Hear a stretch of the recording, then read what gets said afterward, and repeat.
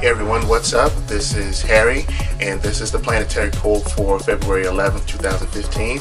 And with me is Peter. How are you doing today, man? Hey, how's it going? It's going pretty good. So, we saw a lot of announcements that dropped last week, and just really last night. That too. I was like, in the middle of the night, I wake up in the morning. Like, what's going on? So, what did you think of everything that popped forth? A-Force and DC 52 dropping the 52 moniker. What were some of your thoughts on all that? It's interesting. You know, Divergence is where DC's going after Free Comic Book Day. Yeah. Which will be interesting. It's going to see how that all plays out. Some of the new titles sound interesting. I think it's a good move. I think everybody's tired of the way the New 52 has been a little bit. So I think they need to bring in some fresh characters, some fresh writers and artists, and kind of shake things up. We'll see what happens with the multiverse. You know, with all these planets, and they're not going away. No. That seems clear. So that should be fun. I think what it was, everybody just got tired of the New 52 3 years in. Yeah, I think so. It's not really new at 3 years in. Yeah. So, no, I think it's good, but we'll see. I mean, you know, I love DC, and I think they've done great stuff, but in the last year, they really kind of sat on their hands. Right. And aside from Batgirl and maybe Gotham Academy, they haven't done anything really interesting to shake things up. So I hope this is really good. I'm going to wait and see, but I'm hoping for the best. Yeah, keep our fingers crossed. And then Friday, the A-Force got announced. Now, a lot of people that I've talked to are not really crazy about the name, but we also have high hopes with the creative team that they have working on it and some of the characters that they're bringing forth. Yeah, I think it's going to be really good. I know the name is a little awkward, but yeah, just like I hate when they call I call her Spider Gwen. I mean, I hate that. That's really dumb. But it's what's known, and we'll see how that goes. I think it's good. I think an all-female Avengers force, I think with some good writers and artists, is going to be really fun. It's going to be really interesting to check out. And it's just different. I mean, people are tired of the same superhero stuff year after year. Right. So anything like Miss Marvel and Hawkeye and the new Ant-Man that shakes it up, it's just not the standard kind of stuff, I think is really good. And I'm really excited whenever they do something that's at least somewhat different. Yeah, and I think you even came up with a good name of Avengers Force. But yeah. Anything, yeah. A-Force is just kind of, right. Yeah, okay. And I even got in contact with G. Willow Wilson and asked her about other members we could expect to see, and hopefully we'll see some characters like Shuri show up, as well as maybe Misty Knight and a couple of others. So that would be great. You know, she did confirm that the people that they have listed right now is not the final list. So yeah, I think there's so many good female characters in the Marvel Universe that don't get enough time to show off, and it's just great to have rotating people come in and out. I think is great. I think that can be a lot of fun. Yeah. And then, of course, the big thing is it looks like Sony has ceded some of the rights to Spider-Man back to Marvel. Well, they're going to work together. Yeah. They're definitely going to work together. They realize that Marvel knows what they're doing, and they're backed up by Disney with Disney's money and Disney's lawyers. And these movies are making so much money for everyone that you'd have to be an idiot not to want to work with Marvel in some capacity. Some kind of partnership, some kind of thing going forward. Mark my words, they're all going to wind up work with Marvel. Fantastic Four, X-Men. You know, X-Men might be the hardest one, but eventually they're gonna knuckle under and find some kind of partnership so they can all make tons and tons of money. Right. It's gonna happen. It's like, how can you not want to go work for the mouse? Right. How can you not want to work with Marvel and the people who are making these great Marvel movies that are making millions and billions of dollars, whereas you're doing okay, you're taking all the expenses, all the risk, and only getting part of the reward. Whereas you work with partners, you can make a ton of money. Yeah. I think it's going to happen. Yeah, which reminds me, you saw the Fantastic Four trailer, right? Yeah, which was way better than I was afraid it was going to be. I thought it was going to be horrific, and I think it's interesting. I'm not sure it's going to be a great movie, but the first two Fantastic Four movies were terrible. So it doesn't have a high bar to meet, so I think it should be good, but at least it's got a chance of being good. Put it that way. And maybe it will give 20th Century Fox a reason, like, yeah, we need to go work with the people that know what they're doing and know what these stories are all about, instead of continuously letting Marvel push them out. Because I mean, look at what the comic books are doing right now, and and everything else that's been surrounding Fantastic Four. It hasn't been all that great because Marvel's not going to market if Fox continue to play hardball with them. Right. Yeah. They're not really going to be a main part of the Marvel universe as long as Fox isn't willing to work with them. So, or Universal, whoever it is. So, we'll see. But I think with pretty short order, we're going to see a lot of really good TV series and a lot of good movies coming for all kinds of different things based on comics from all over the globe. All right, so thank you. I'm going to jump into some comics. You want to hang around or? Yeah, I'll hang around. That's all right. Okay. All right, well, I'm going to start my first issue, which is PrinceLess, the Pirate King. And the cover that you see here is the Big Planet exclusive, which was done by our own John Staton. Very well, first of all, very well done cover. Yeah, great cover. Very well done book. And very beautiful artwork. I mean, had such a Disney kind of a feel to it. You know, I need to find a better page. They're all good pages. Yeah. They're all good. This was like one of my favorites right here. Yeah, that's a great one. And just continuing the stories of, you know, these three young women that are going out and freeing women that don't need to be freed. You know, the brothers are always, you know, taking their sisters, they're locking them up in towers, and then we could see how these young ladies come along and just like, nah, we can do it ourselves. We can be ourselves. It's very empowering. And Jeremy Whitley, who I've met, you know, really good guy. Great guy. Writes some great books.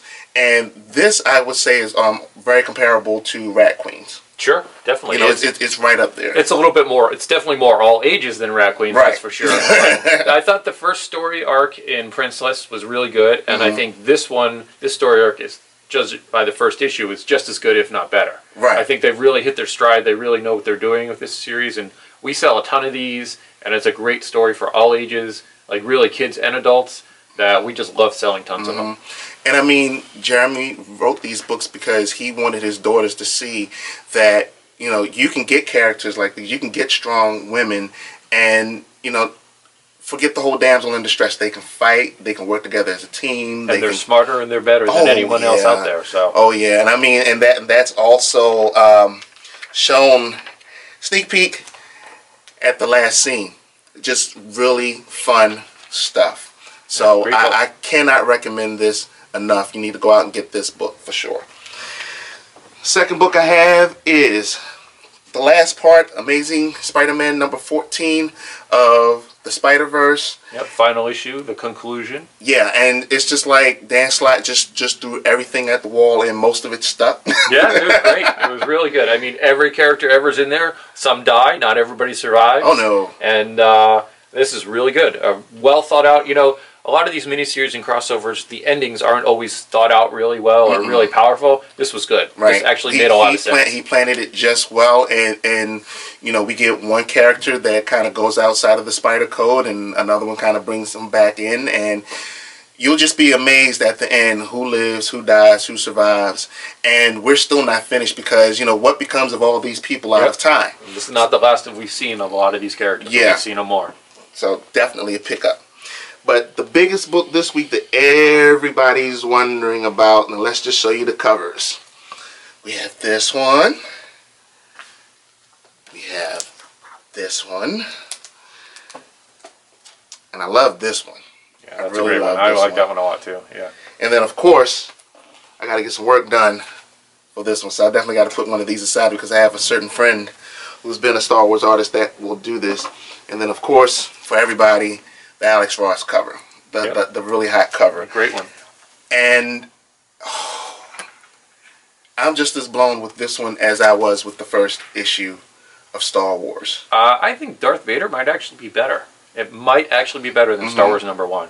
It's really good. It's action-packed, but it gives you a lot of depth and background on Darth Vader, what he does. We don't see him. There's so little time we actually see Darth Vader, and we almost never see his emotional standpoint or things, and they deal with a lot of that stuff in there. There's really, really good stuff in here. Definitely. I was really shocked at how interesting they can make Darth Vader. Right. Karen Gillan did a very good job of doing something that I've always wanted to see done with this universe, and that's filling that little gap between Revenge of the Sith and A New Hope. And since we're taking place in this particular point of time, because I want to show you guys something, I've really enjoyed what he did as far as he's bringing back the menace that we seem to have lost with Darth Vader. Darth Vader kills a lot of people in this issue. Oh, That's for sure. There's a lot of killing in this issue. Yeah, and the one thing is, okay, and you all have probably seen it, but this spread again, I mean, actually seeing the spread and seeing all the characters that are presented is just like wow, because Sal LaRocca just knocked this out the park. No, the art's great, the story's great. #1 issue, definitely, fantastic. Definitely, and I mean, who would have thought Hutch had balls like Jabba did? He's like, okay, well, you know, we're going to talk, but I'm not really ready to work with you, Vader. And then Vader does his thing like, yeah, so what were you saying? Yeah. So don't mess with Darth Vader. Pick this book up. You will really learn a lot about Darth Vader, and I think, you know, Kieran Gillen is going to put that menace back that we lost when the prequels came out. All right, so that rounds up everything. Let's show you what else is coming out this week as soon as I get them in my hand. Right on time for Valentine's Day this week. We have the Harley Quinn Valentine's Day special. We also have Jason Aaron's Southern Bastards. Has always been a good read. Yep, great book. And if you missed it first go around, second printing of Bitch Planet #1. Excellent book. Issue 2 came out last week, right? Yeah, issue 2 #1 came out. That's a reprint of #1. Okay. Secret 6 #2.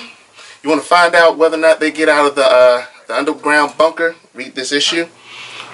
Of course, for all you Walking Dead fans, since the show just premiered Sunday, Walking Dead also dropped, issue #137.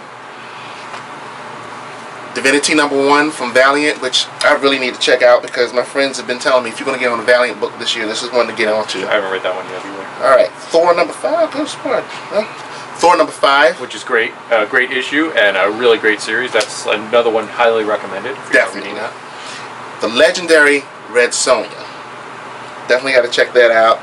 And as well as Conan and Red Sonja. Yeah, it's been fun. Jim Zub and Gail Simone. Yep. Excellent pick. Last two on the list, Star Trek Behemoth. And you know what? I really think that these books have been underrated by IDW. Yeah, they've been doing well. It's been a good book, especially the last storyline with Q. I thought was well done. Good writing. There's very good writing and stuff. And last but not least, all new Captain America #2. Why don't I think this dropped already? Either way, this is weekly. This is the mini-series. Okay. So that's the weekly one. We had the first one last week, and this is the second one because it's weekly. Pick it up. Pick it up either way. So other than that, hope you all have a good week, a good Valentine's Day, and God only knows what other news is going to come out. I know. It's been a busy 7 days. I can't imagine what this next 7 days. And this is all leading up to not only the Avengers movie, but the summer of movies, and then Star Wars at the end of the year. So there's going to be like news like this probably for every week for the rest of the year. Wow. I imagine. And to think we're less than 90 days away from Free Comic Book Day. Free Comic Book Day in San Diego. There's going to be lots of news coming out before and after San Diego. It's going to be a busy year. All right. So we'll see you all next week. Cool. Great. Yep. All right. Wait a minute. Like a million phone messages. Uh-huh.